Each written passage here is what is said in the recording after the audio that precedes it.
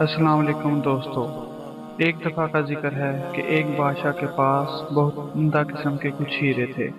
ایک دن اس نے ان ہیروں میں کچھ اعلیٰ قسم کے نقلی ہیرے ملا دیے اور اعلان کرا دیا کہ جو شخص اس میں سے اصلی اور نقلی ہیرے الگ کر دے گا تو اس کو اصلی ہیرے بھی انعام کے طور پر دے دیے جائیں گے۔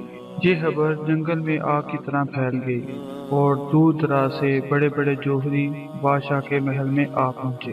محل میں آنے والے جوہریوں نے بہت کوشش کی مگر کوئی بھی جوہری نقلی اور اصلی ہیروں کو الگ نہ کر سکا اور آخرکار ہار مان لی۔ ان سب لوگوں میں ایک نابینا شخص بھی تھا۔ اس نے دعویٰ کیا کہ وہ یہ کام کر سکتا ہے۔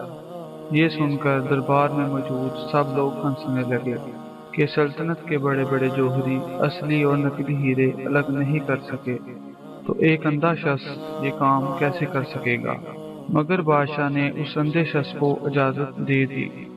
اندھے شخص نے ان ہیروں کو اپنے ساتھ لے جانے کی درخواست کی، جو کہ بادشاہ نے اپنے کچھ سپاہیوں کی نگرانی میں اجازت دے دی۔ کچھ دیر بعد جب وہ اندھا شخص واپس آیا تو بادشاہ اور درباریوں سمیت سب یہ دیکھ کر حیران رہ گئے کہ اس اندھے شخص نے حقیقت میں اصلی اور نقلی ہیرے الگ الگ کر دیے ہیں۔ جب بادشاہ نے پوچھا کہ تم نے یہ سب کیسے کیا تو اندھے شخص نے کہا کہ بادشاہ سلامت، میں نے ان سب ہیروں کو کچھ دیر دھوپ میں رکھا اور جو نقلی ہیرے تھے وہ دھوپ کی شدت کو برداشت نہ کر سکے اور گرم ہو گئے، جبکہ اصل ہیروں پر گرمی کی شدت کا کوئی اثر نہ ہوا۔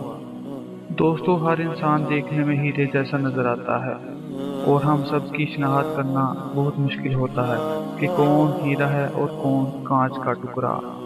مگر جب ان کو غصہ کی تپش پڑتی ہے تو وہ گرمی سے پھٹ پڑتے ہیں اور ان کی زبان ان کی اصلیت بیان کر دیتی ہے۔